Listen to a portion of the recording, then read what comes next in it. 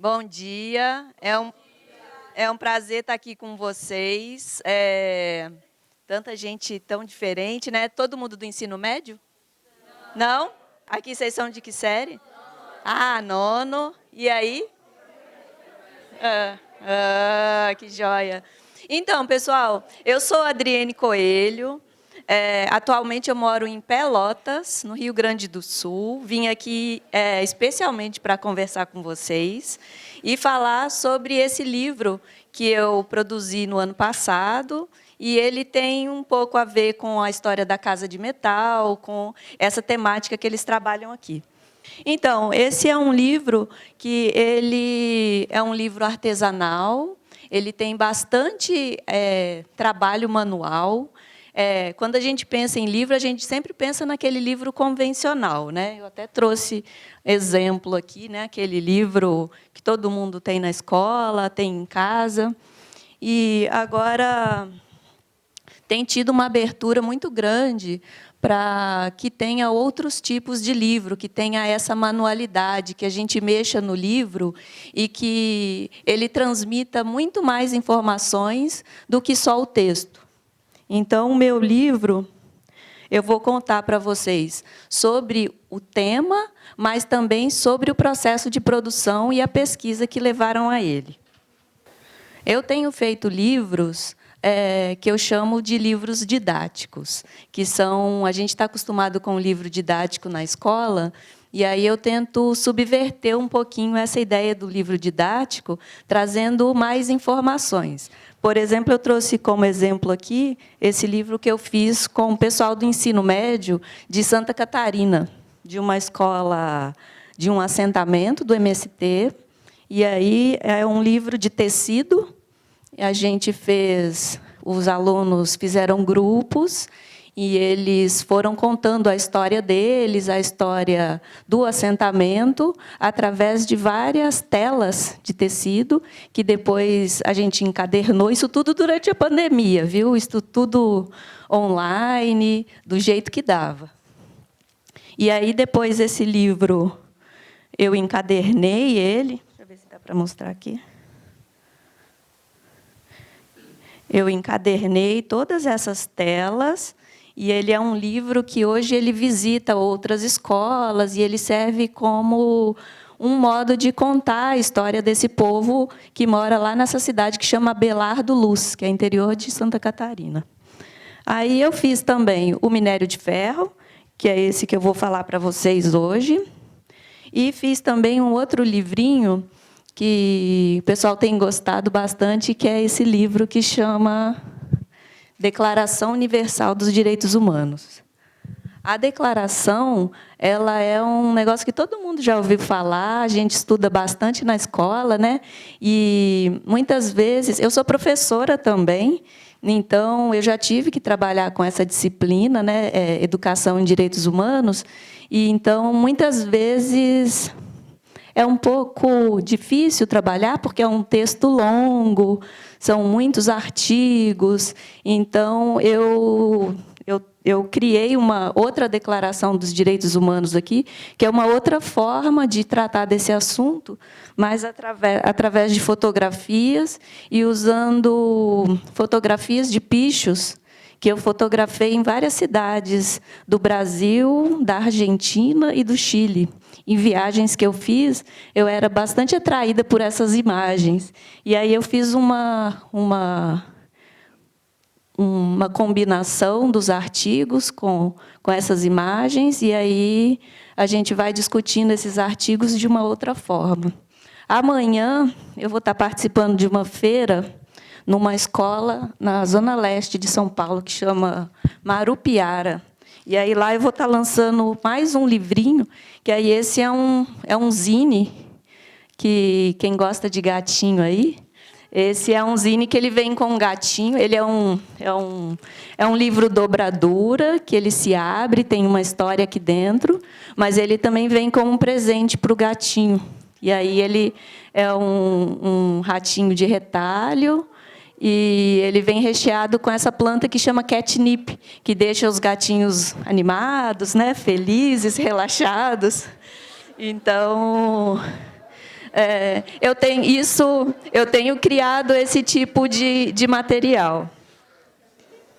Então, todos esses materiais, todos esses livros, eles são autopublicações. São livros que eu faço todos os processos do livro, eu pago esse livro e depois eu consigo vender esse livro, eu divulgo.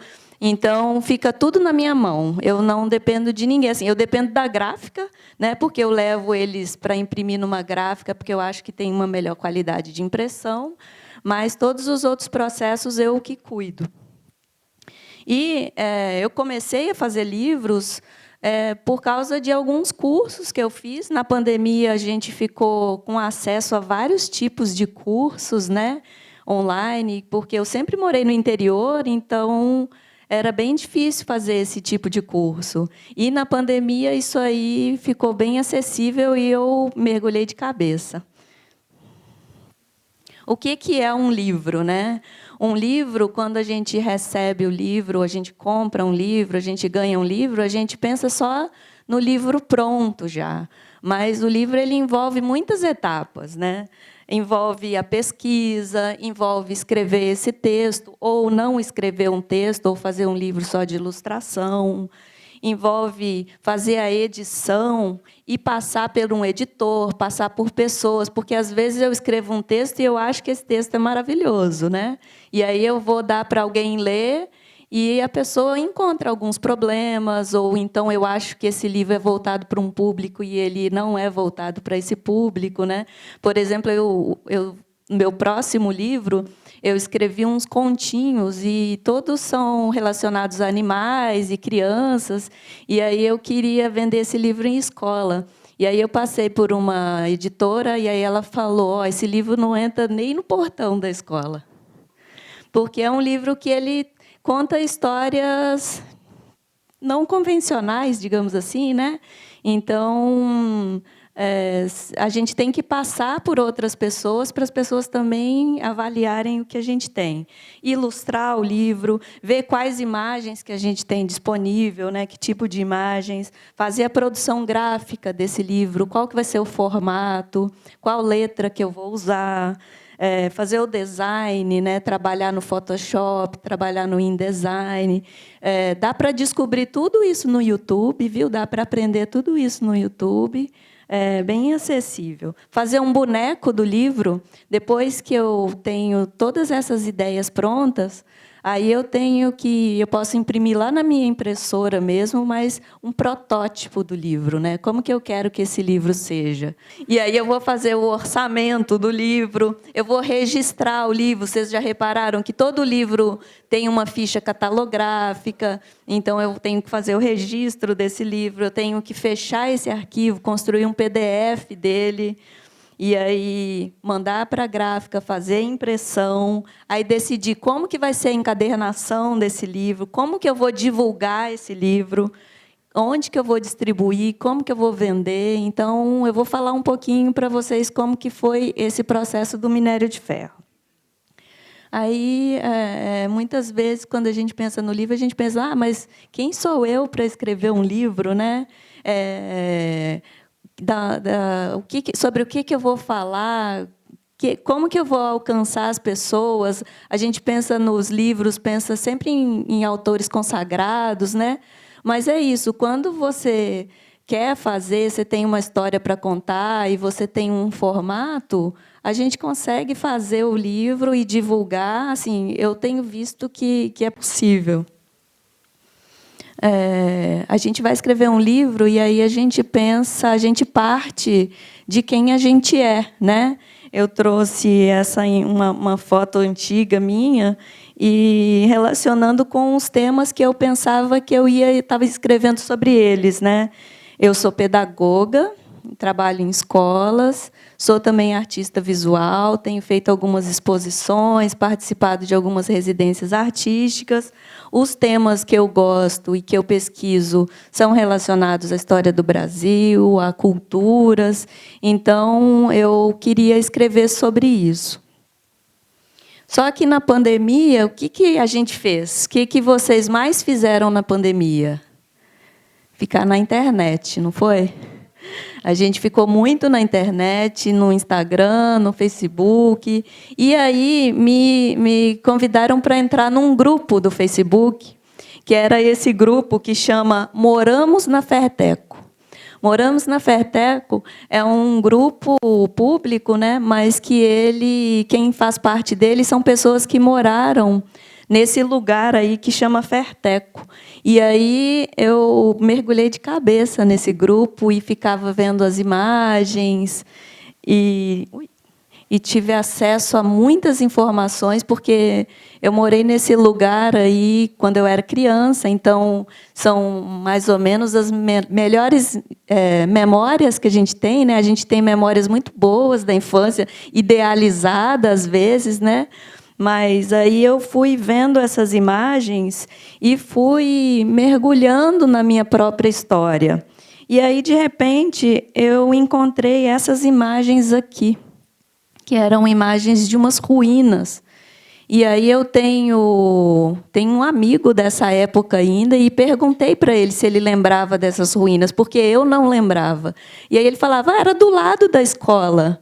A gente ia lá, a gente brincava lá, só que eu não lembrava dessas ruínas. Então, a minha ideia foi começar a pesquisar sobre essas ruínas e descobrir o que eram essas ruínas, para reconstruir, talvez, uma parte da minha memória que estava meio apagada. E aí, na hora que eu comecei a pesquisar, eu descobri que essas ruínas, elas eram as ruínas da Fábrica Patriótica. Ela foi a primeira indústria de ferro do Brasil e ela foi fundada em 1812.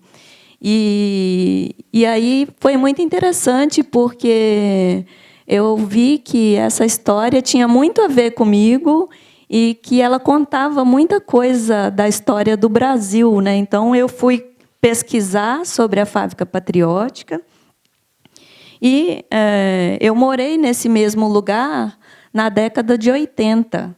Essa fábrica, esse lugar onde fundaram essa fábrica, ele existe até hoje, é uma fábrica, não é mais patriótica, né?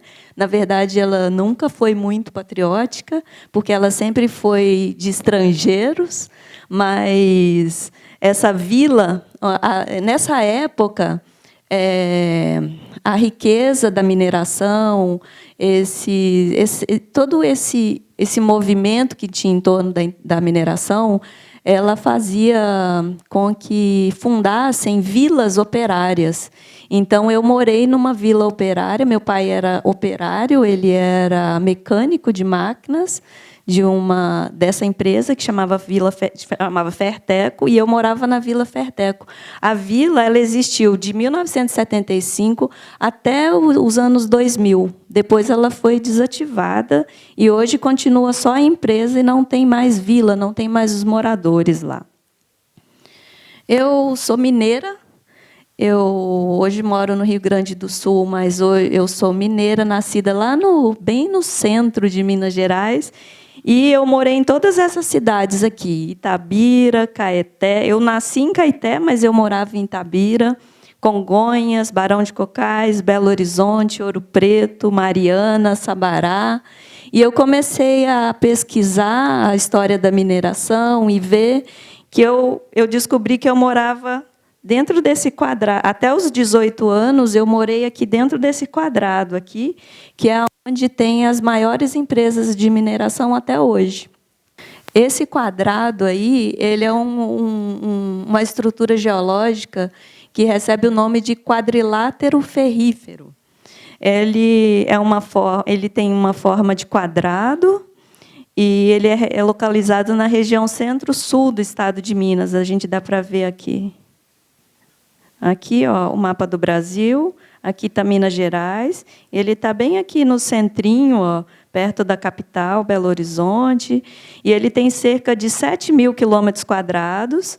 E bem nesse quadradão aqui, esse retângulo, são encontradas montanhas de até 6.000 metros de espessura, onde contém os minérios de ferro de tipo superior. Então, eles têm um alto aproveitamento e são muito abundantes. eles estão sendo explorados desde 1812, né? E ainda tem muito a ser explorado. Dentro dessa região aqui, sai 60% da produção nacional de minério de ferro. Então, a gente vê que tem bastante potencial. Parece um lugar muito específico, né? Parece que é uma história muito íntima, que é uma história só minha, né? Tem alguém aqui que é de Minas? Não? Tem?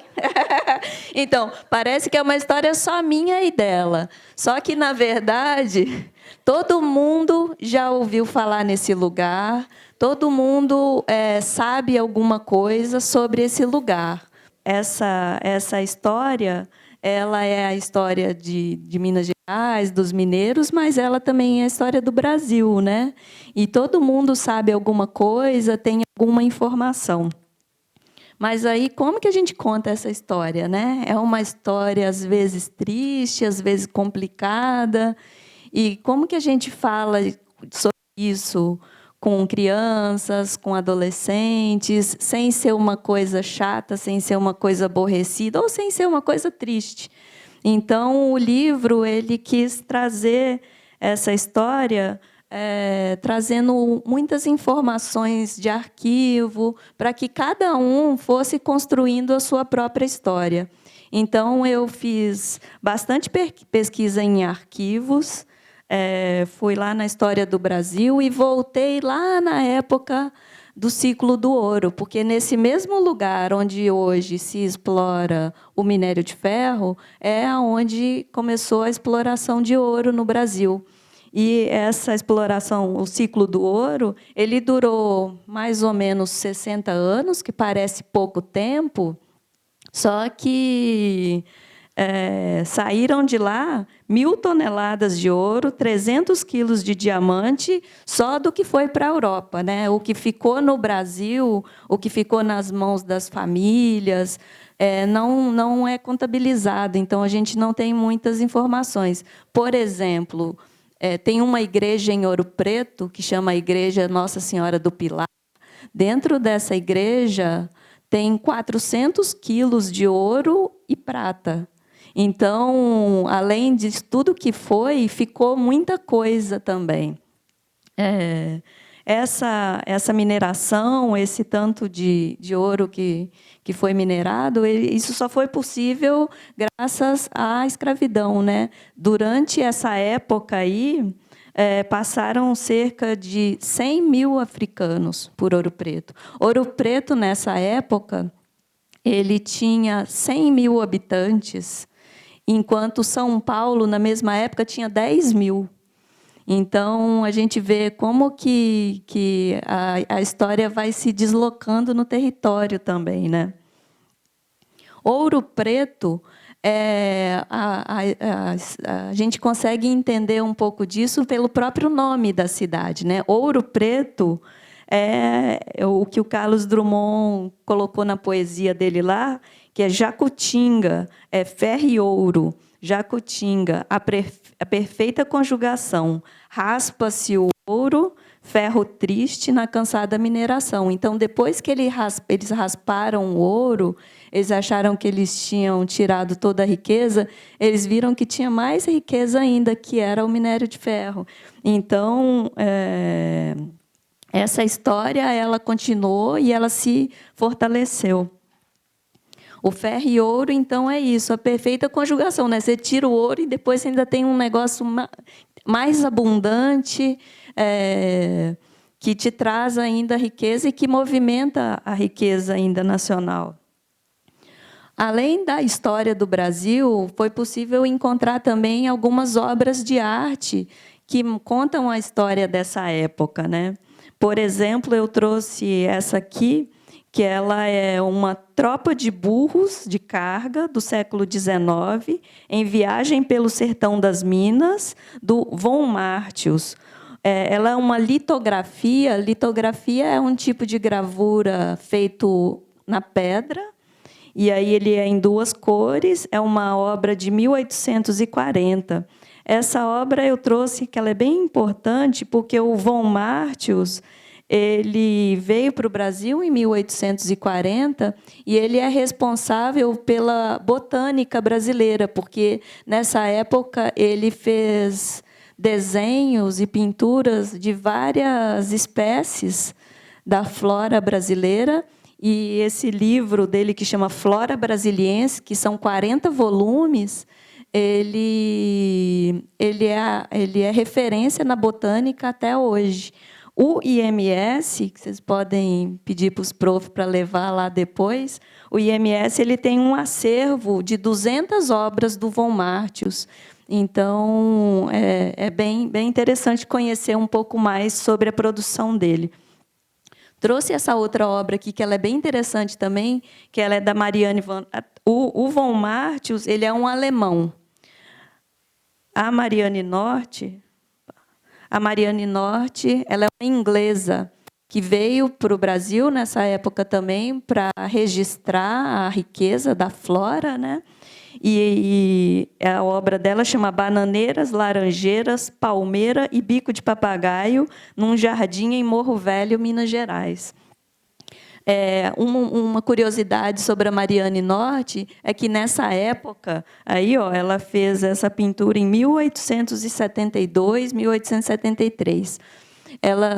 Nessa época, os naturalistas, quem faziam retratava a flora brasileira, desenhava basicamente usando guache ou aquarela. E a Marianne Norte ela foi uma das precursoras do uso de tinta a óleo. Então, o tinta a óleo trazia as nuances, trazia as cores de uma forma mais viva. Então, isso valorizou bastante o trabalho dela. Além das obras de arte, a gente tem também a literatura, né, que conta para a gente muitas histórias.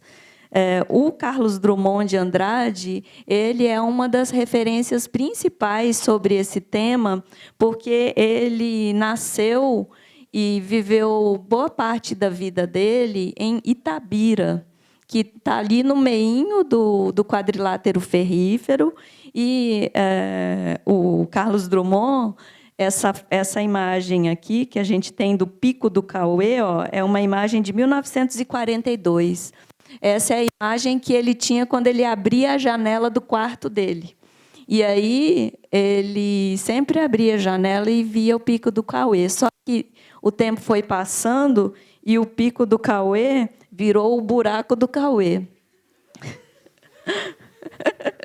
E aí, essa é uma foto de 2007. Então, imagina como que seria para a gente, né? A gente abrir a nossa janela e sempre ver uma coisa e, de repente, essa coisa vai desaparecendo. Então, o Carlos Drummond ele usou essa história da vida dele, essa vivência lá em Itabira, para fazer algumas denúncias, né? E ele falava sobre isso. Quantas toneladas exportamos de ferro, quantas lágrimas disfarçamos sem berro, né? Porque ele foi muito criticado. Por criticar, ele era muito criticado. Então, se falava para ele que ele não podia falar mal das empresas, porque elas eram responsáveis por exemplo, 70% dos empregos da cidade. Só que ele falava que isso não estava equilibrado, porque elas estavam levando 100% do minério. Então, que tinha uma coisa faltando aí. O José Miguel Wisnik, que é um professor de São Paulo, da USP, um professor de literatura, que trabalha com música, ele escreveu um livro sobre o Carlos Drummond, examinando exatamente isso, todas as obras dele que tinham relação com a mineração. Esse livro chama Maquinação do Mundo, e ele é um livro bem rico assim também para a gente ir fazendo essas referências. As críticas do Carlos Drummond, elas alcançavam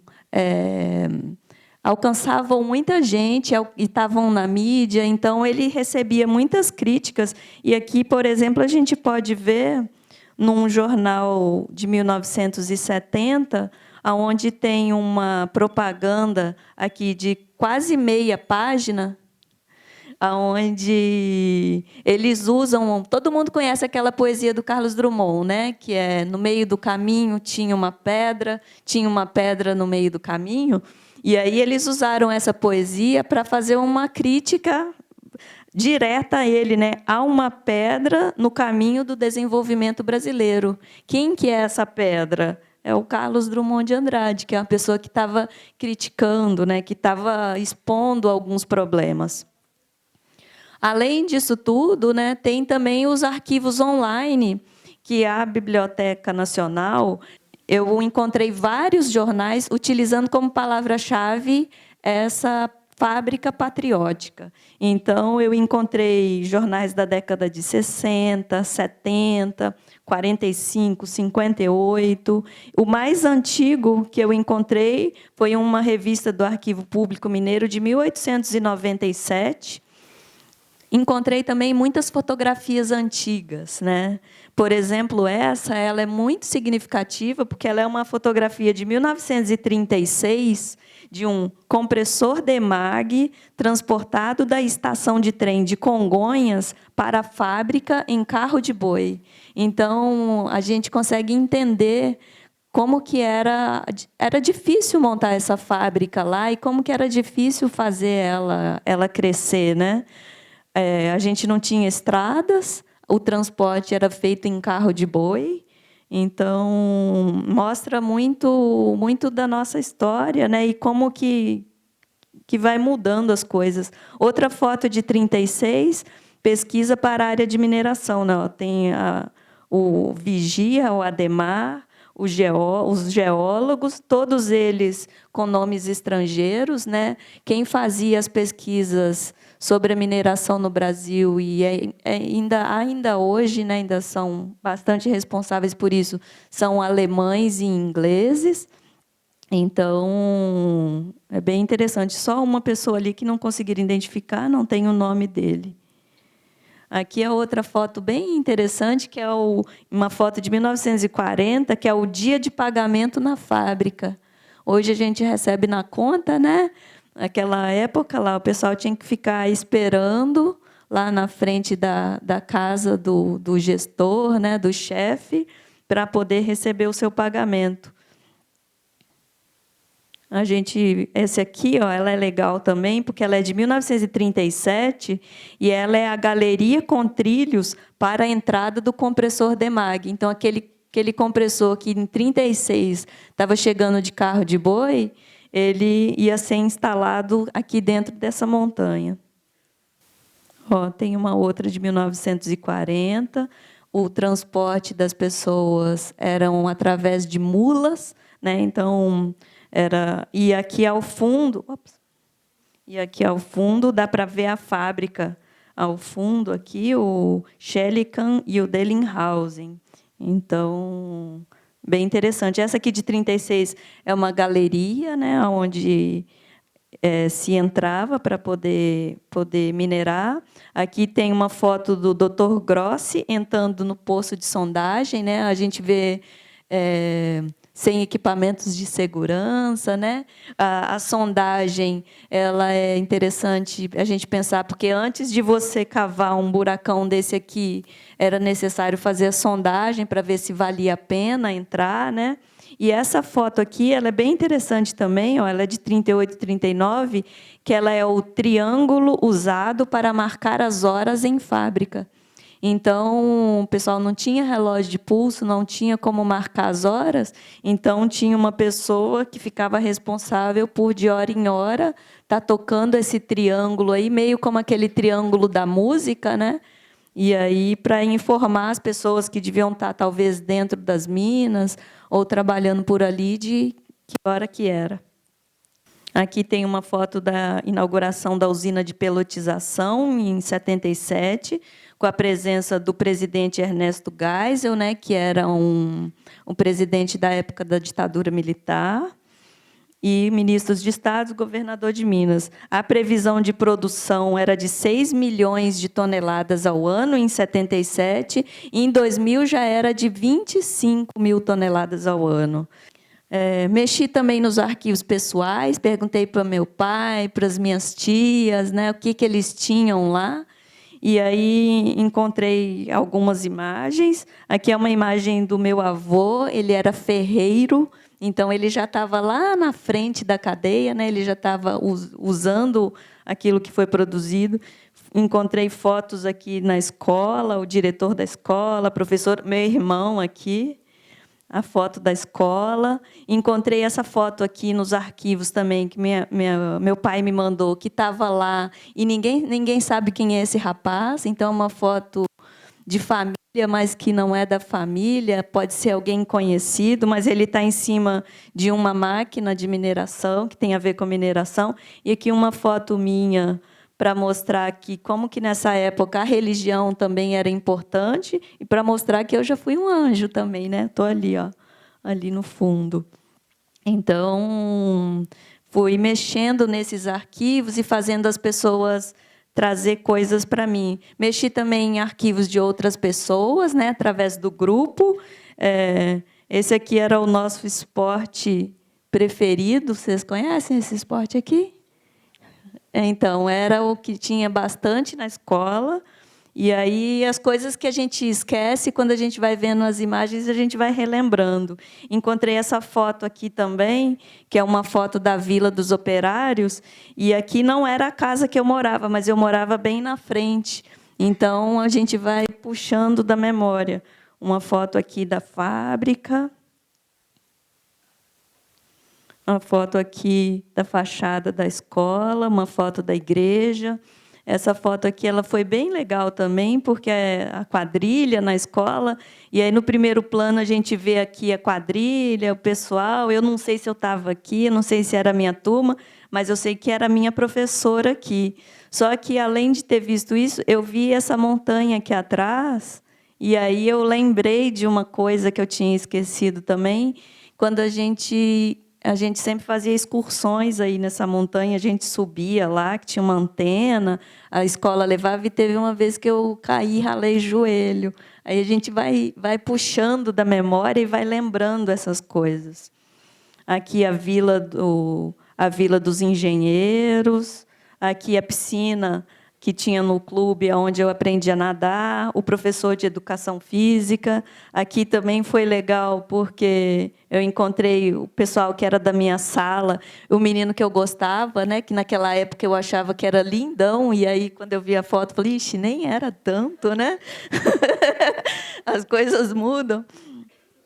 E aí, tudo isso foi me ajudando a entender essa história, a entender sobre mim e também a entender o que era a fábrica, né?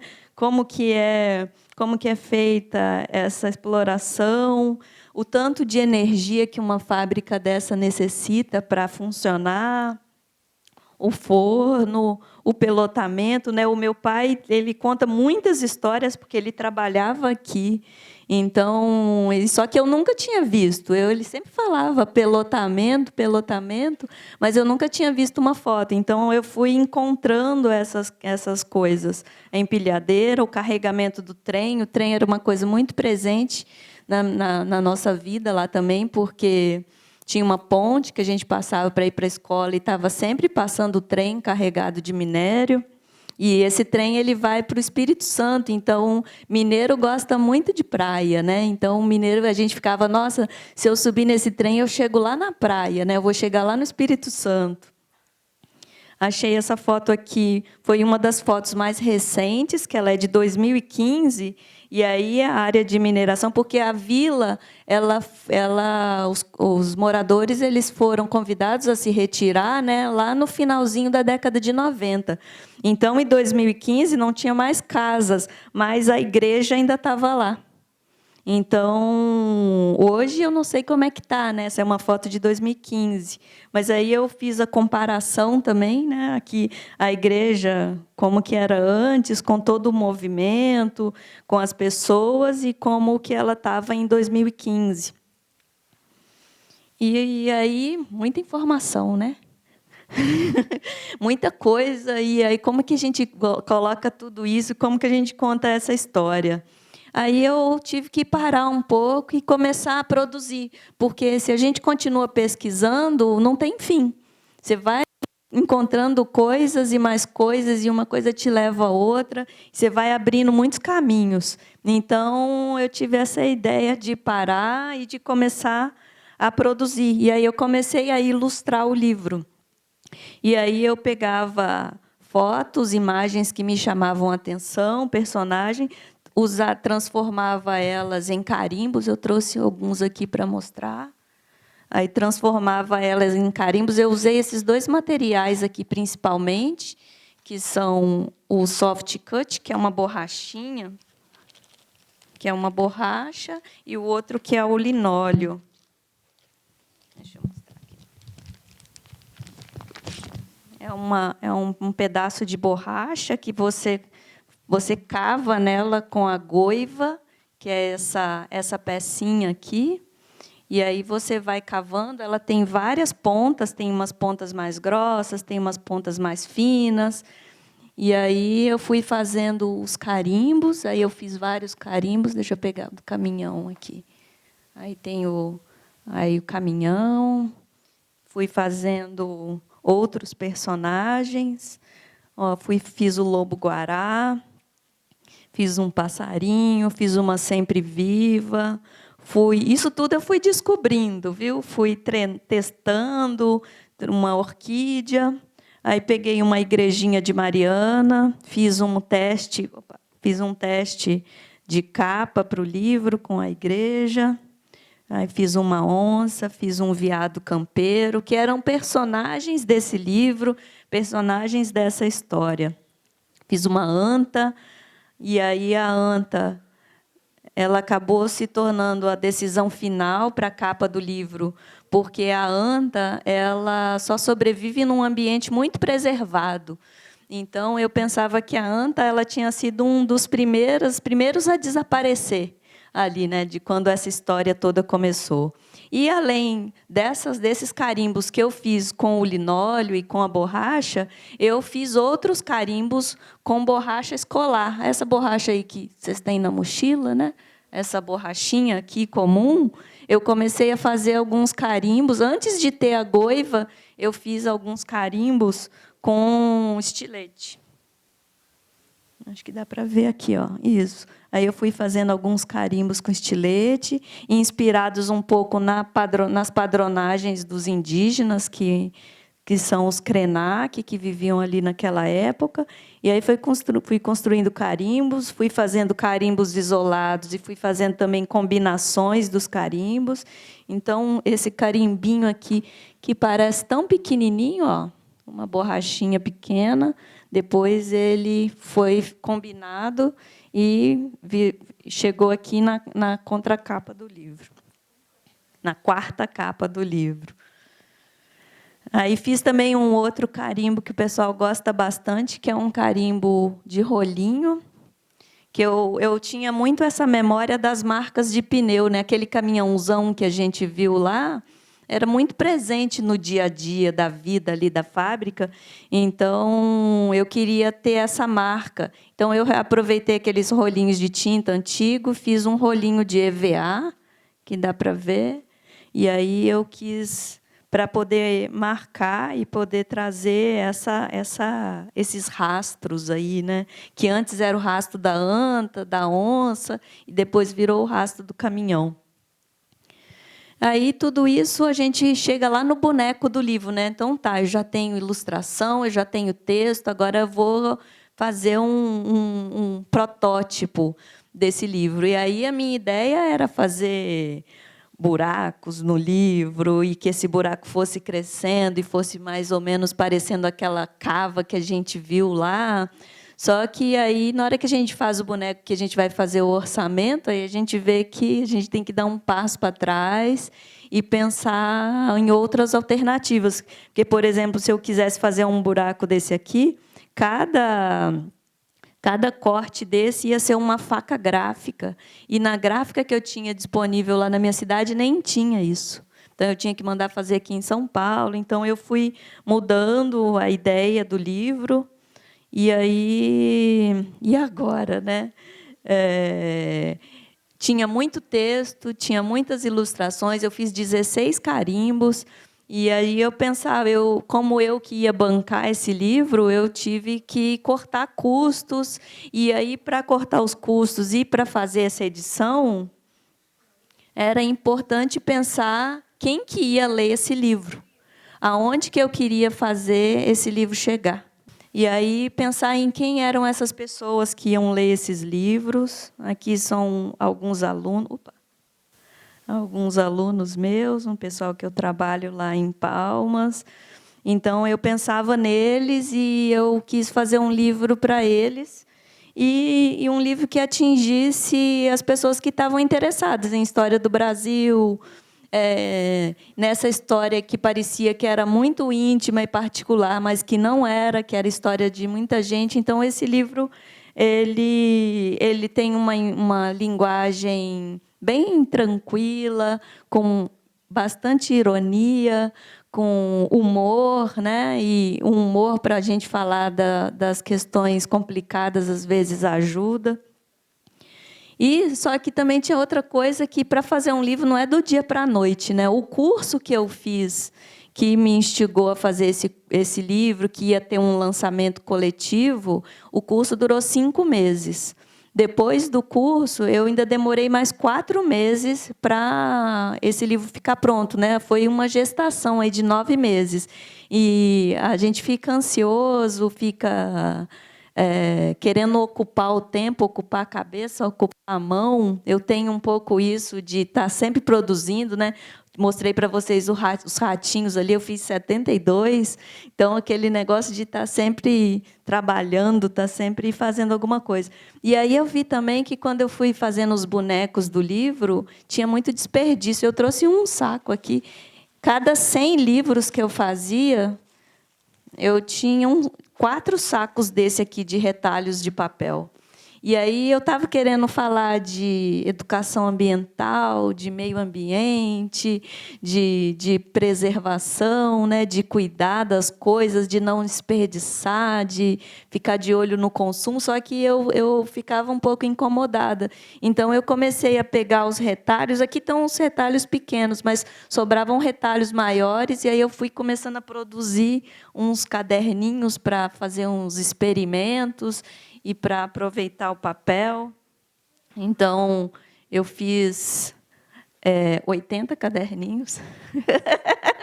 E aí, as primeiras 80 pessoas que compraram o livro, elas ganharam um bloquinho desse, que foi junto. E aí serve para você fazer um exercício, mas também para você fazer um mínimo de reaproveitamento, né? Para isso também, como eu quis usar os carimbos, né, o linóleo, ele precisa de, quando você vai colocar ele, você passa a tinta e vai colocar ele em cima do papel, você precisa apertar ele com muita força. Então, quem trabalha com gravura tem umas prensas gigantes, assim, de rolo, que você vai passando em cima, só que eu não tinha. Uma prensa dessa custa R$ 5.000. Então, eu fiz uma prensa caseira, que eu trouxe aqui para mostrar para vocês. Eu fiz uma prensa reaproveitando um aplicador de silicone, aqueles de pressão. E aí, deixa eu mostrar como que ela funciona. Eu colocava o papel aqui embaixo, colocava a gravura, aí coloca um tecido em cima para na hora de apertar.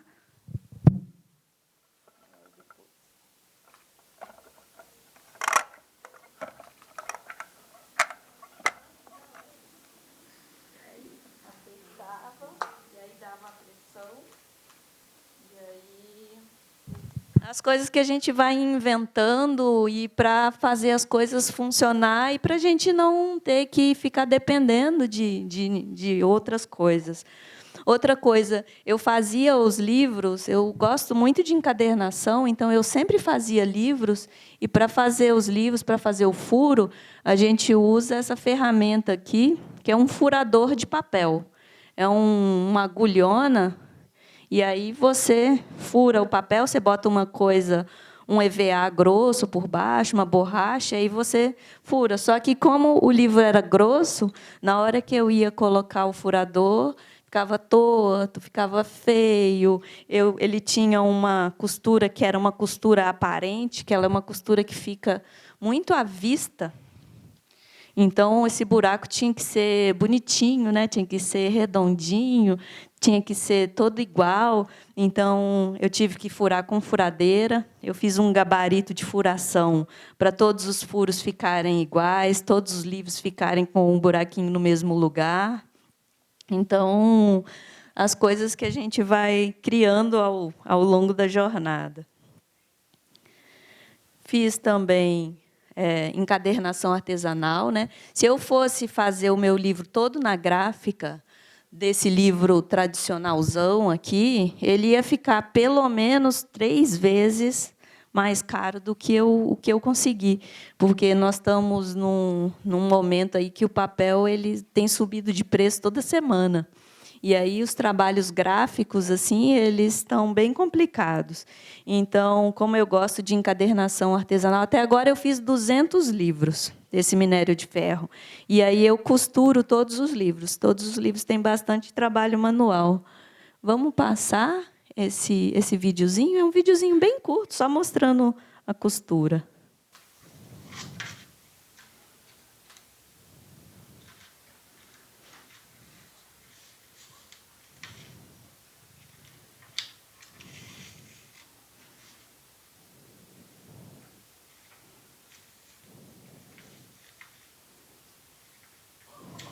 Ontem eu passei o dia inteiro costurando o livro.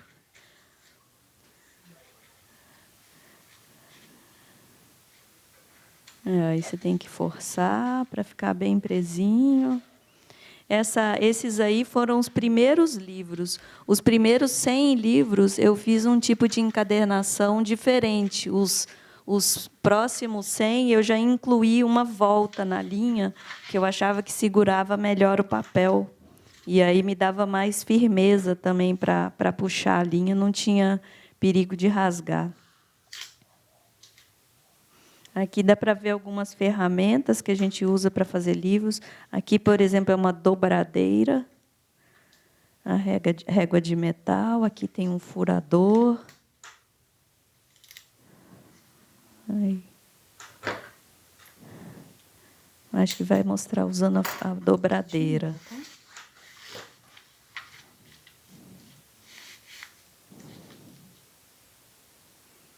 Todas as decisões que a gente vai tomando para que o livro não custe R$100 lá na frente, né, para o consumidor.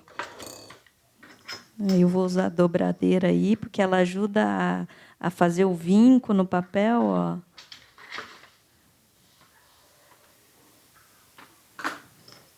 Outra coisa que tem nesses primeiros 100 livros, a diferença é que eu fazia, além de tudo, eu ainda... Pronto.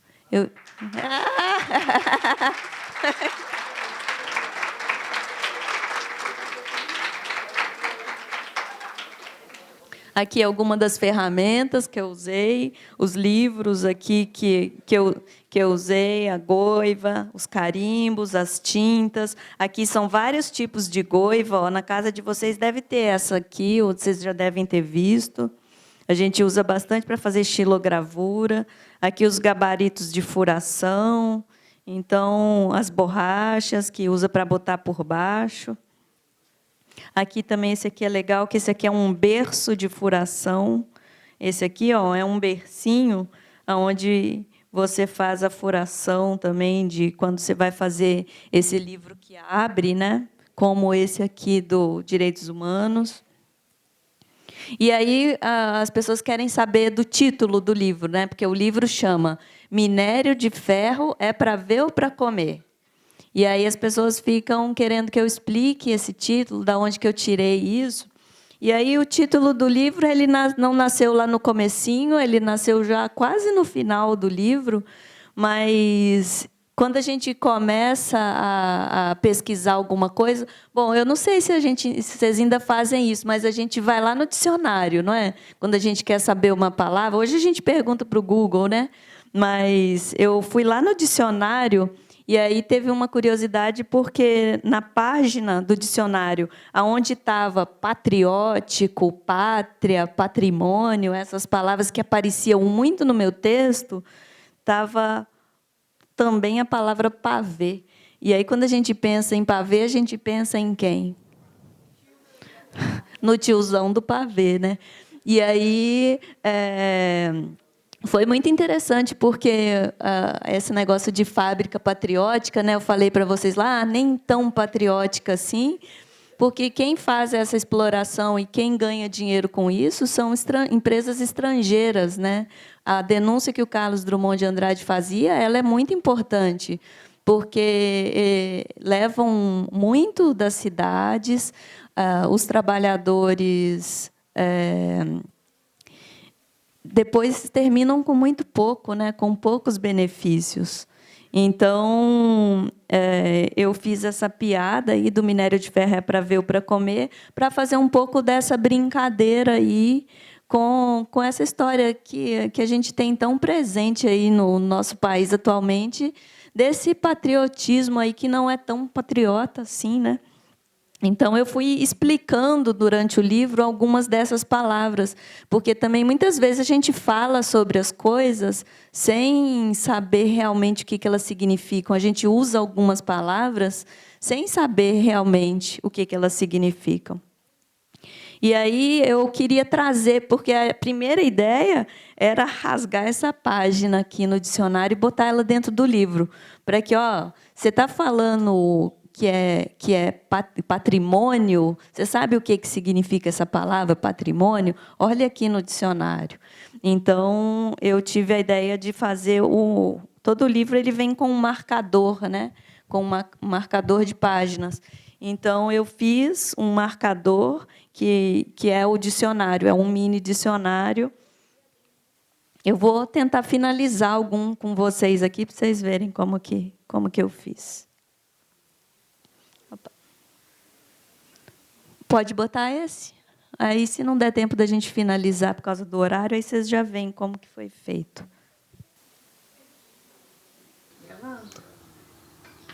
Eu quis marcar ele, aproveitar o carimbo que eu tinha feito.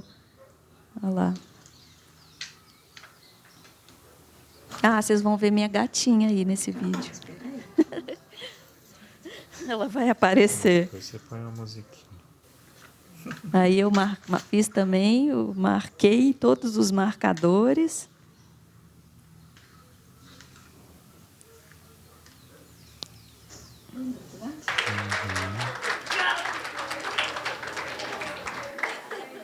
Pronto. Então, o livro ele é muito... Eu quis trazer essa história do operário, desse trabalho manual, desse trabalho repetitivo.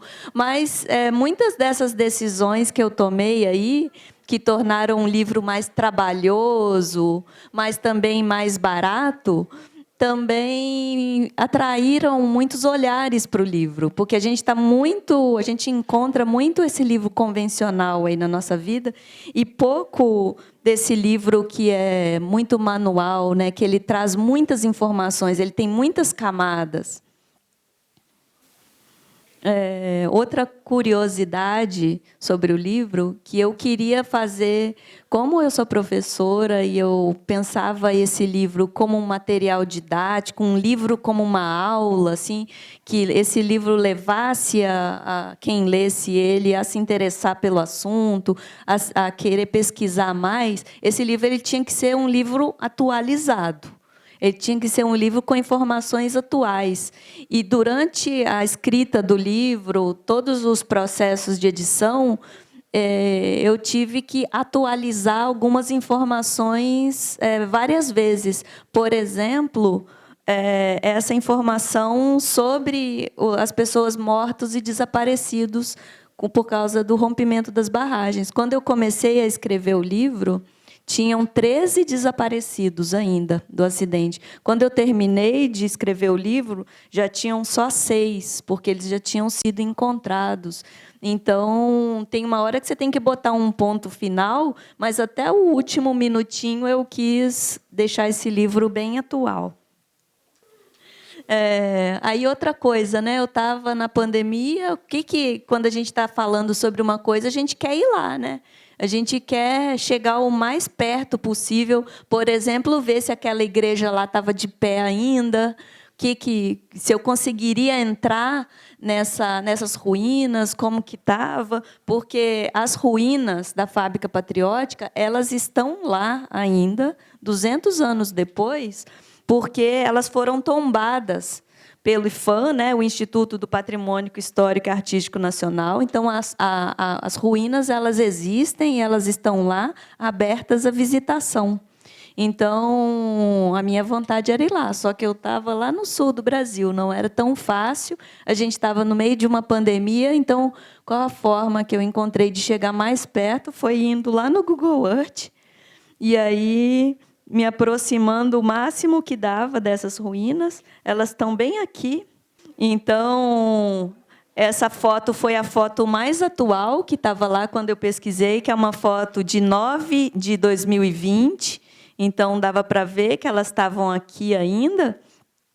E aí, na hora que eu pesquisei lá, eu vi que ele me dava acesso também a uma foto mais antiga, que era uma foto de 2002, era de mês 7 de 2002. Então, olha só, a gente vê em menos de 20 anos a diferença.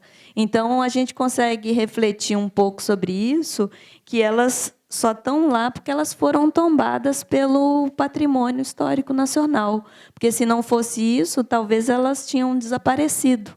Elas estão lá ainda, elas estão cada vez mais exprimidas. Está vendo? Tanto de mata que a gente tinha, e agora a gente já tem uma exploração bem maior aqui do terreno, onde tinham as casas. Aqui era uma vila. Aqui era a vila onde eu morava. Aqui já não tem mais. Então, a gente vai vendo que aqui era a escola. Está vendo? As coisas foram desaparecendo. Então, faz a gente refletir bastante, assim. Além disso, além todas essas histórias, todas essas informações, tanta coisa, ainda eu via que ainda tinha muito mais histórias a serem contadas. Ainda tinha muito mais coisa que dava para entrar nesse livro. Só que esse não dava para ser um livro infinito, né? Apesar de ser um livro não convencional, não dava para ser um livro infinito. Então, eu decidi colocar algumas histórias, o link para algumas histórias, através dessa técnica que é o QR Code. Então, esse QR Code aqui, ele dá acesso a esse vídeo do Ailton Krenak, onde ele conta a história do povo dele com a mineração, porque eles eram ali daquela região, e tudo começou com o massacre desse povo, né? Esse povo ele foi afastado das terras originais. Então, quem tiver o leitor de QR Code que quiser pegar, a gente não vai ver o vídeo agora, é um videozinho bem interessante, um vídeo de 13 minutos, mas aí depois vocês podem assistir esse vídeo. Aí o livro ficou pronto. O livro ficou... Eu mandei o miolo para a gráfica, eu costurei. Aqui dá para ver o primeiro tipo de encadernação. Esse tipo de encadernação aqui é uma encadernação japonesa de tipo cavalo, porque ela fica em cima, ela fica montada no livro, tá vendo? Ela fica por cima. Então, depois eu já fiz um outro tipo. Mas aí o livro ficou pronto, e esses buracos aqui eu fiz na capa, que era uma capa delicada, né, de papel vegetal, que eu queria transmitir essa ideia também de que a gente estava tratando de um assunto delicado, né? Então, só que eu fiz alguns furos, só que dava tanta canseira fazer esses furos que depois eu desisti. E aí eu parei de fazer os furos e achei que o papel ele já transmitia isso que eu queria. Só que eu precisava segurar esse livro, eu precisava fechar esse livro e deixar esse livro todo fechadinho, redondinho. E eu precisava de uma cinta. Uma cinta é aquele papel que vem...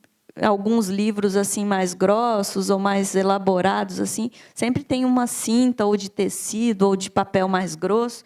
Então, eu fiz uma cinta com essa fita de segurança, tanto em referência aos acidentes, mas também a esse próprio assunto, assim, que quando você entra dentro dele, você vê que tem muito a ver com a sua vida, tem muito a ver com a história do nosso país, com o tipo de consumo que a gente tem, né? Por que tiram tanto minério? Esse minério serve para quê? Então, a gente começa a se questionar. Então, eu fechei o livro com a fita de segurança. Opa, está bem fechadinho. Bom, vou abrir depois. Mas aí foi isso. Eu fui trazendo camadas e camadas. E aí a história da fita, ela é para ser arrebentada, né? As pessoas ficam na dúvida, porque muitos livros que a gente compra, a gente reaproveita essa cinta. A gente bota, tira, a gente sempre está voltando com ela. E a ideia do livro é que ela vem bem apertadinha no livro. Então, agora, ele não nem está tão apertadinho mais, porque eu vi que as pessoas têm dó de cortar, têm dó de rasgar isso, de cortar essa fita. Então, eu tenho deixado ela um pouquinho mais solta, porque as pessoas tentam reaproveitar ela. Mas a ideia inicial era essa, é você romper essa fita, é você abrir e entrar lá dentro dessa história. E aí, no começo lá, eu queria falar de pedagogia, artes visuais, história do Brasil, cultura, só que eu vi que eu falei muito mais que isso. Eu falei de política, eu falei da questão ambiental, eu falei da pandemia, trouxe alguns dados de como estava a situação, tanto da exploração do minério de ferro, quanto a situação das famílias, né? Porque durante a pandemia a gente teve alguns quase rompimentos, né? Tanto em Barão de Cocais quanto em Nova Lima. Então, isso impactou também as famílias que moravam lá, que, além de estar isoladas, cada uma na sua casa, elas tiveram que sair das casas e tiveram que abandonar os lugares. Teve uma outra coisa curiosa que aconteceu, porque teve um momento, eu não sei se vocês lembram, assim, mas teve um momento durante a pandemia que teve um quase rompimento em Nova Lima, ali próximo de Belo Horizonte. E aí, nesse momento, as pessoas começaram a procurar o meu livro. O meu livro teve um pico de vendas altíssimo, porque era um assunto que estava interessando as pessoas. Então, como que isso influenciou até nas vendas do livro?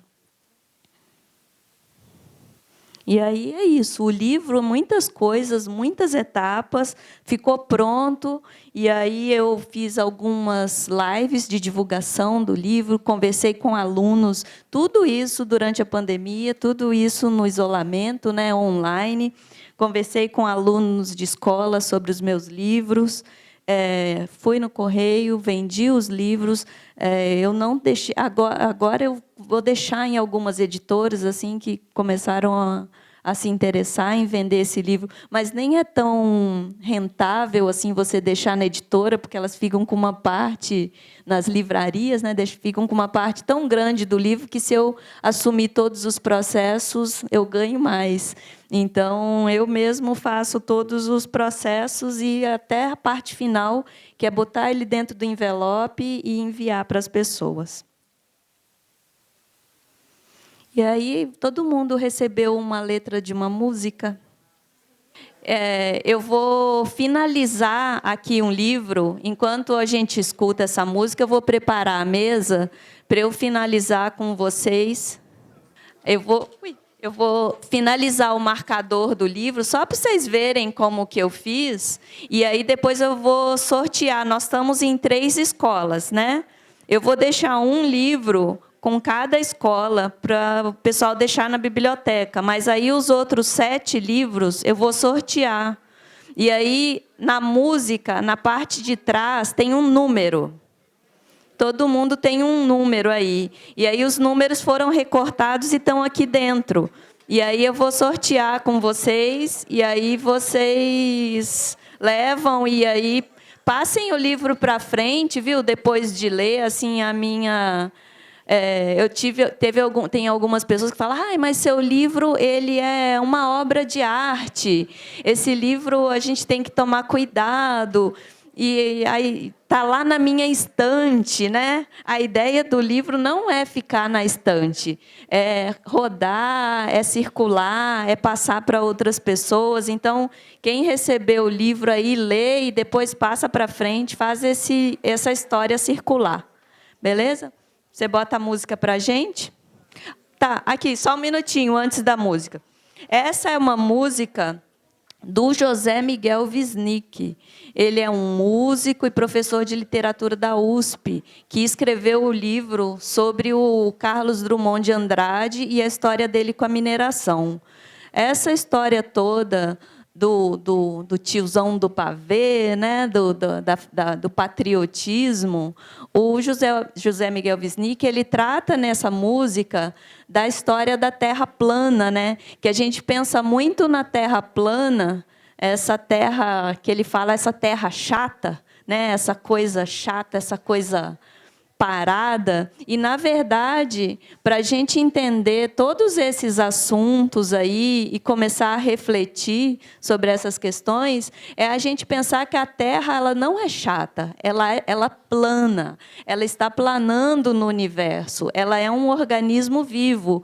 E essa história da gente só ficar usando dela e pisando em cima dela, ou cavando ela com tanta força, está tirando o grande potencial que ela tem e que a gente tem também. Então, bota a música aí para a gente.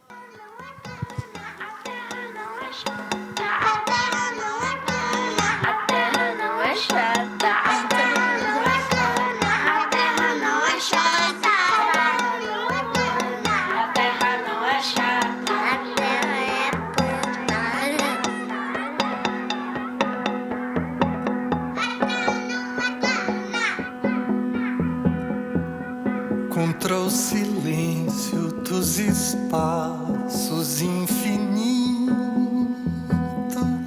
desfilando seu bloco, seu magma, seu ar e seus mares, entre rastros luminosos de corpos distantes, buracos negros, estrelas desgarradas.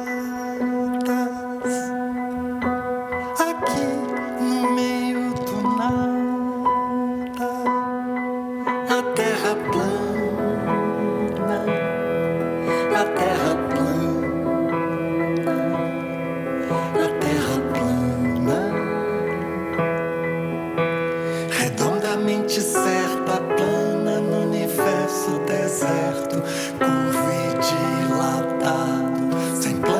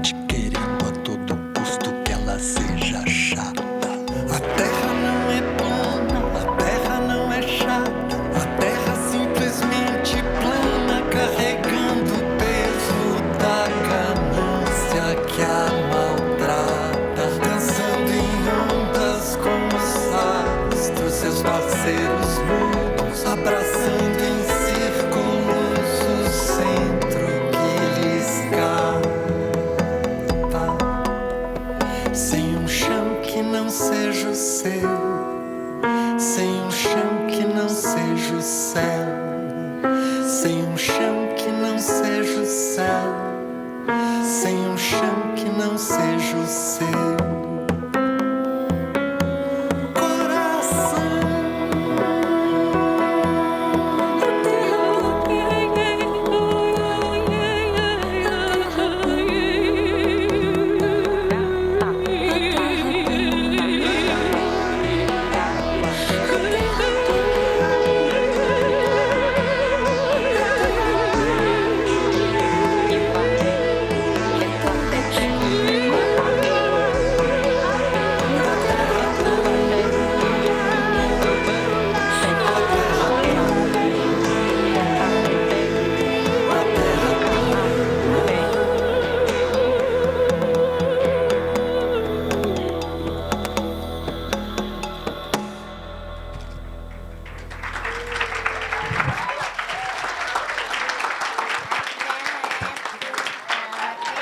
E aí, gostaram? Foi interessante? Se animaram a fazer seus próprios livros aí? O livro, quando a gente começa a fazer, a gente vê que é possível e a gente vai longe, viu? Eu já estou no meu 4º livro, então eu recomendo. Aí agora, então, eu vou sortear. Eu finalizei aqui, eu coloco essa folha só porque eu marco o marcador, ele é para ser usado. Então, eu não posso passar o carimbo em cima das palavras que eu quero que as pessoas pesquisem. Então, eu tenho um gabaritinho aqui, uma colinha, onde eu posso passar o carimbo. Esse aqui, eu só posso passar o carimbo aqui na parte de baixo. A marca só pode vir aqui embaixo. Esse, eu só posso passar na parte de cima. Então, de cada lado, eu marco e eu vejo aonde que pode passar. Essas palavras que estão aqui, dá para ser lida, mas fica um pouco mais difícil, porque tem tinta em cima. Então, as palavras que precisam ser pesquisadas estão fáceis aqui. Então, vamos sortear. Aí, depois que quem receber, quem ler, quem tiver curiosidade, me segue lá nas redes sociais. E aí a gente pode conversar mais sobre isso. Ixi, pulou um aqui. Número 15. Cadê? Vem cá. Não. 15 não está aí mais? Está aí? Vem cá.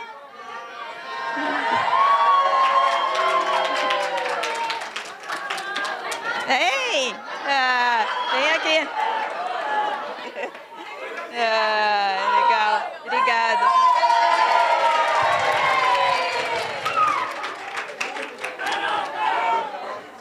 Peguei. 140. 140 tá aí?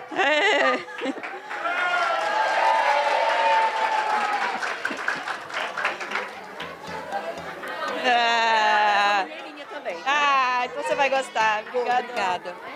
Obrigadão. Mais um. Vou sortear 7, tá? Ai, agarrou. 48.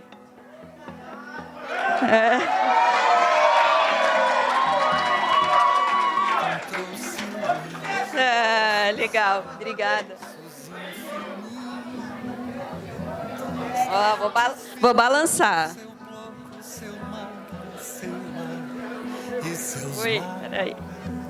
Ui, nossa, cortaram esse aqui meio torto. 89.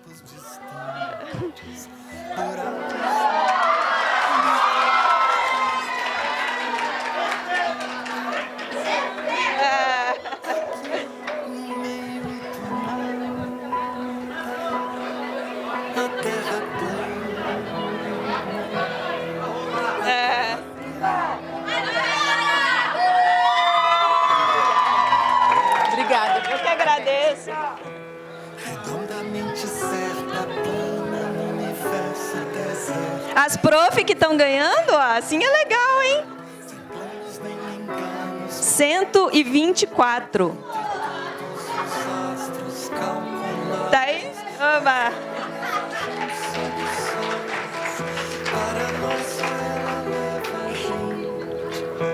Só ela parece povoada de vivinhos, parece um balão de gás. Ui! Enquanto desenrola seu show de bola, 90.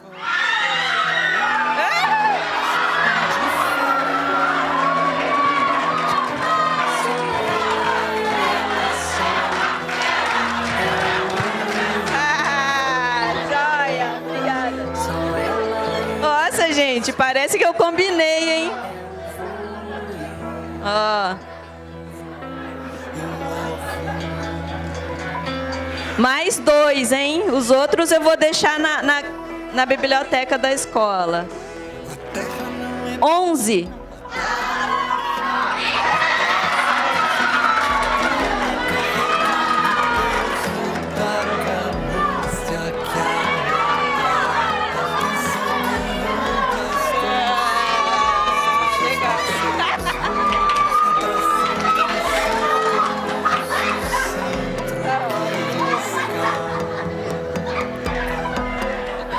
sem um chão que não seja o céu, sem um chão que não seja o céu, sem um chão que não seja o céu. Último, hein?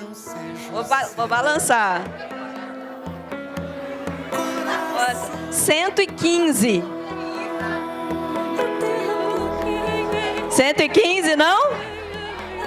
Não? 1. Nossa. Tem que pegar. Vou pegar lá do fundo, hein, ó.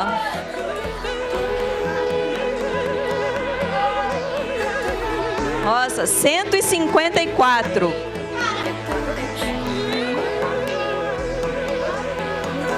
154 também não tá aí, não? Ué, então tá bom. Mais uma chance. É, os números pequenos. Nossa. 144. Também não? Peraí, só tá aparecendo o número grande. Ui. Nossa. É, eu acho que esse não vai estar aí também, não. 179. É que eu fiz 200 números. Não tá bom, mais chance. É, esse é 162. Ó, vou pegar aqui. Ixi. 83.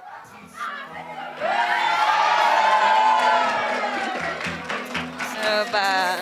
Ai, obrigada. Agora acabou.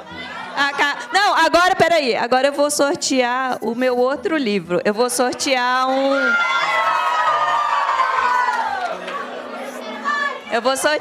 Eu vou sortear agora um livro dos direitos humanos.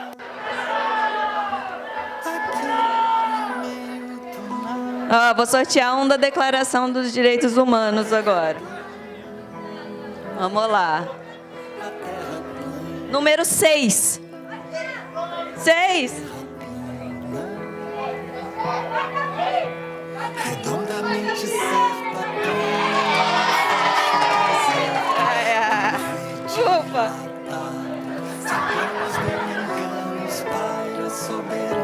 Ó, e agora para terminar, vou sortear 2 ratinhos, tá? Vamos lá.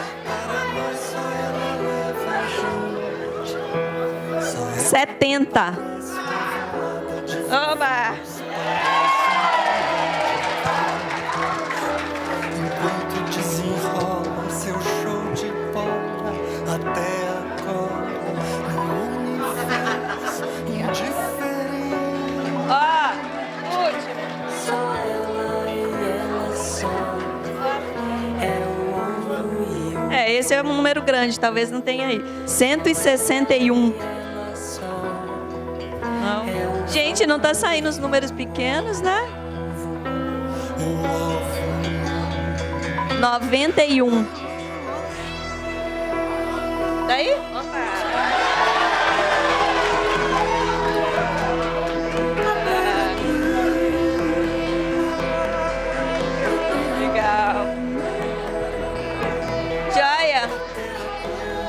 Como é que a gente tá de tempo? E aí, pessoal? Pessoal, 2 minutos para o meio-dia. Alguém tem alguma pergunta? E aí, o que vocês acharam? Quer perguntar?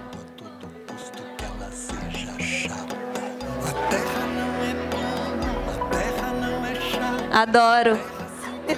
Pessoal, ela perguntou se eu gosto de trabalhar nessas áreas que eu estou trabalhando.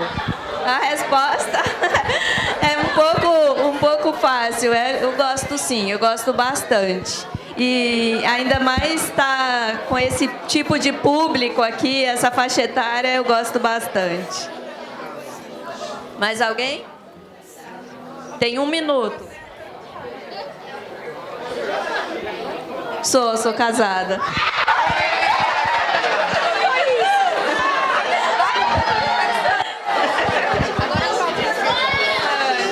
Pessoal, são 2 perguntas.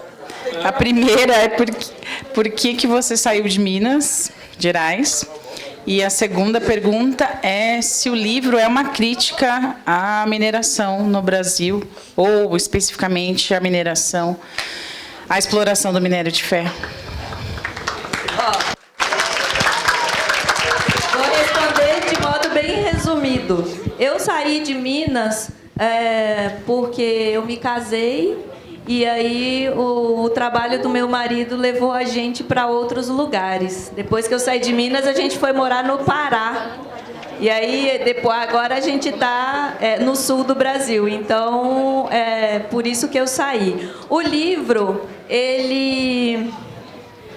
algumas pessoas já me perguntaram isso, sabe? Se é uma crítica.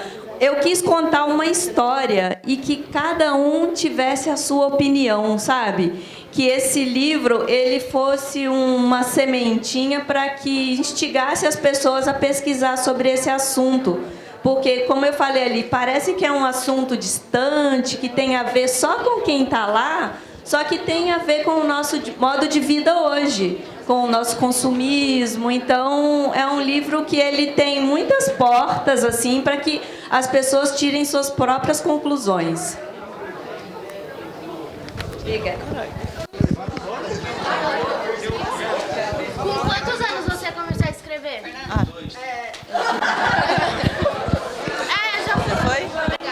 A pergunta dela foi com quantos anos eu comecei a escrever. Eu sempre gostei muito de escrever, eu sempre escrevi muito nos diários, né? Mas nos últimos anos eu retomei isso. Essa pandemia, ela mexeu muito com a gente, né? Então, a gente gosta de escrever quando a gente é mais novo, só que a gente vai deixando isso meio de lado. E aí, durante a pandemia, eu comecei a participar de alguns grupos de escrita. E aí, isso fez eu me lembrar o quanto que eu gostava de escrever. E aí, eu retomei isso nos últimos 5 anos, assim. Mas eu sempre gostei muito de escrever. Eu recomendo.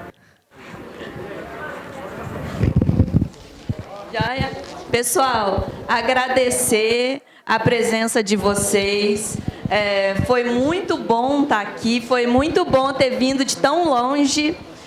Foi uma viagem tão tranquila, sabe? Eu sabia que ia dar tudo certo, a gente fica com um friozinho na barriga, mas eu sabia que ia ser muito bom.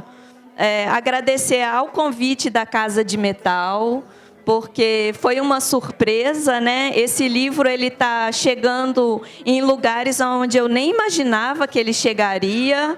E então, espero que vocês façam um bom proveito aí do livro e que ele siga aí na cabeça de vocês e que estimule vocês a produzir seus próprios livros e contar suas próprias histórias. Obrigada.